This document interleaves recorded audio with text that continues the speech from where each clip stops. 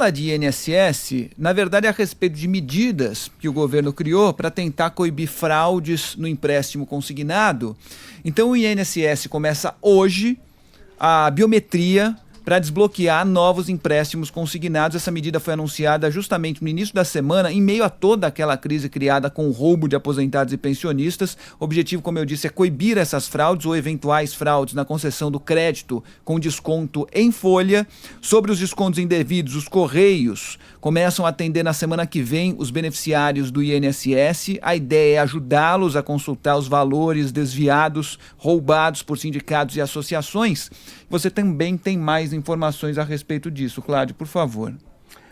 É isso, Fábio. Era muito frágil, né? Esse sistema, como a gente viu, e foi desmascarado, aí, desmontado por essa operação da Polícia Federal. Fraudavam-se assinaturas, né, dos aposentados numa folha de papel ali, autorizando o desconto, enfim, era muito frágil esse sistema de controle e de autorização. Bom, então o INSS passa a exigir, então, a partir de hoje, essa biometria para concessão, como você falou, de empréstimos consignados. Essa medida é uma tentativa de frear os golpes que levaram, então, ao bloqueio de empréstimos aí no dia 8. Com a mudança, o Instituto pretende mapear as vulnerabilidades e também implementar medidas corretivas para garantir maior segurança na hora de fazer a concessão desse consignado. Ontem, o INSS atualizou para mais de 1.900.000 o número de aposentados e também pensionistas que contestaram os descontos feitos por entidades aí nos benefícios. Todas essas contestações, elas foram feitas por meio da plataforma Meu INSS ou também lá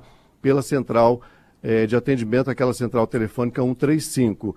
Bom, na sexta-feira que vem, dia 30, os Correios começam a atender presencialmente as vítimas que não conseguiram checar se teve ou não esse desconto fraudulento. A medida foi tomada porque as agências do próprio INSS já estão sobrecarregadas, segundo o governo, com grandes filas e também alta demanda de atendimento. Por isso, o Dataprev vai entregar até a próxima terça-feira um sistema eletrônico com informações dos aposentados que será usado, então, pelos Correios, né? O Correio precisa dessa base justamente para poder fazer esse atendimento. Ao todo, 4.730 agências vão atender aposentados e pensionistas também. Os funcionários serão treinados para atender quem tiver dúvidas sobre os débitos nos benefícios.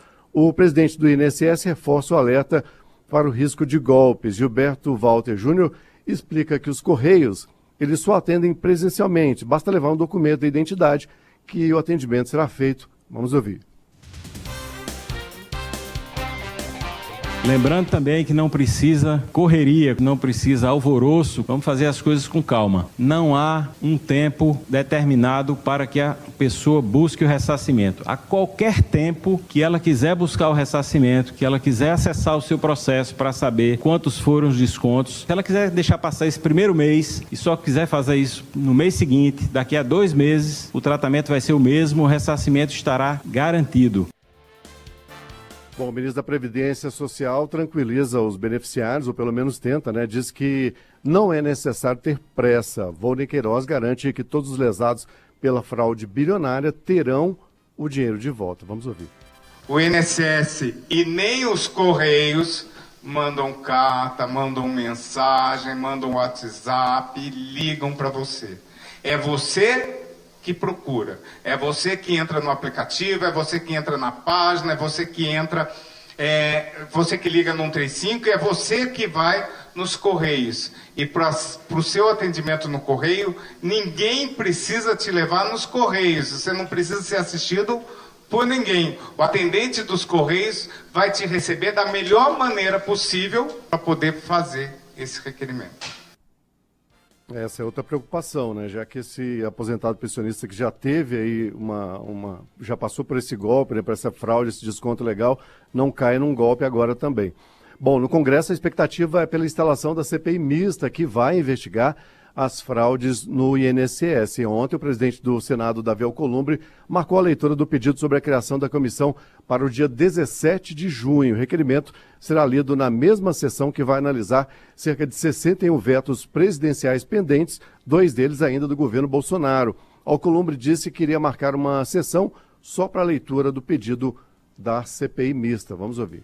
Os líderes do Senado têm que procurar se reunir o mais rápido possível, porque impreterivelmente nós vamos ter uma sessão do Congresso Nacional para deliberarmos tudo o que tiver que deliberar. Sejam vetos acordados ou não, e seja o requerimento da Comissão Parlamentar Mista de Inquérito.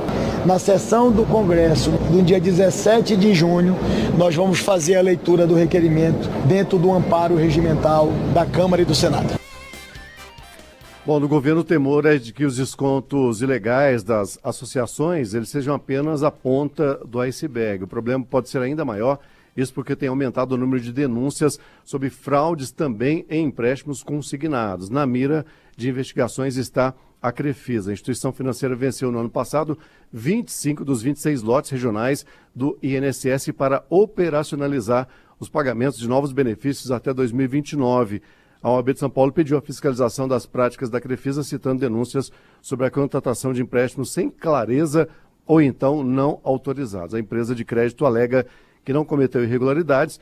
O INSS diz que abriu processo para investigar a denúncia e, em meio ao escândalo sem precedentes, a Justiça negou o pedido do lobista Antônio Carlos Camilo Antunes para não ser chamado pelo apelido de careca do INSS. Segundo a Polícia Federal, ele recebeu mais de 53 milhões de reais de associações investigadas no esquema. Repassou parte do dinheiro para servidores do INSS para facilitar o acesso aos dados dos aposentados e pensionistas.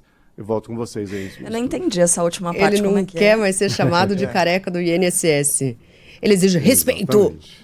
É muito respeito, assim como ele teve respeito com os beneficiários do INSS, não é mesmo?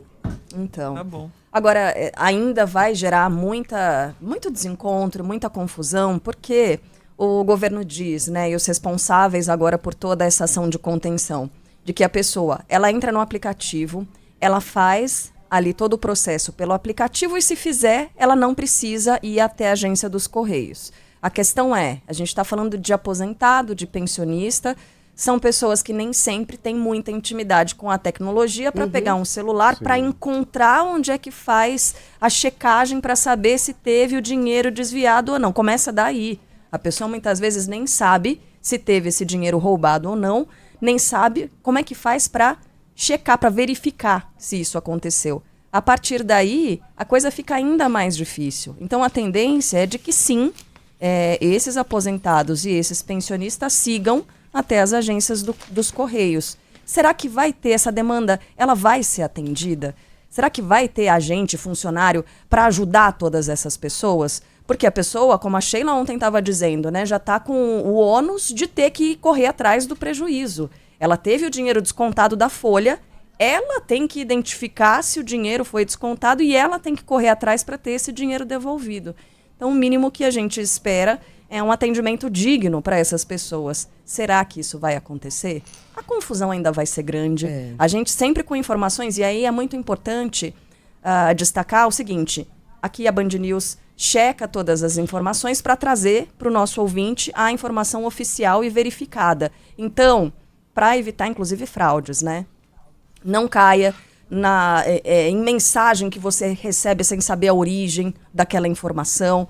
Tente verificar todas as informações e todos os passos para que você não caia em uma nova cilada a partir desse roubo que está acontecendo, desse crime que foi cometido contra tantas pessoas. Então a gente vai checar as informações, vai trazer tudo com muita tranquilidade por aqui, porque a nossa missão é ajudar as pessoas. Nossa missão é tentar, na medida do possível, aplacar esse prejuízo. E aí algo que parece... Diga, Cláudio.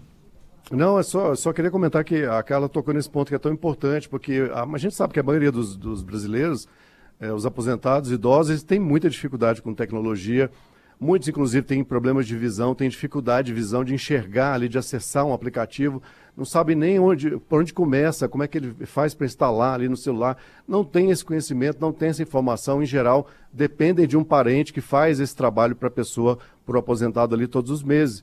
Né? A gente conhece vários casos assim, a gente acompanhou aqui, inclusive com a reportagem. Ou é a filha, ou é o filho, é alguém da casa que faz esse acesso para o aposentado muitas vezes, porque ele não tem condição de fazer esse acompanhamento, ele não consegue acompanhar, digamos assim, essa parte tecnológica como o INSS está pretendendo aí. E eu ia falar algo que parece secundário, mas que diz respeito ao comportamento, às vezes a conflitos de gerações, mas que eu acho que eu vejo isso acontecer com alguma frequência, que as gerações de quem tem 20, 30, 40 anos, enfim, e que são aquelas pessoas a quem muitos desses pensionistas, beneficiários acabam recorrendo para ajudar ali na parte tecnológica, não se impacientem ao ajudar. Né? Porque às vezes a gente se impacienta mesmo e não, a gente pode ajudar. Se você domina um pouco mais de tecnologia, ajude avó, pai, mãe, né? Sem se impacientar, porque é muito chato quando você vai pedir ajuda e a pessoa perde a paciência, né? E é um momento delicado em que essas pessoas precisam, na maior parte das vezes, dessa ajuda, né?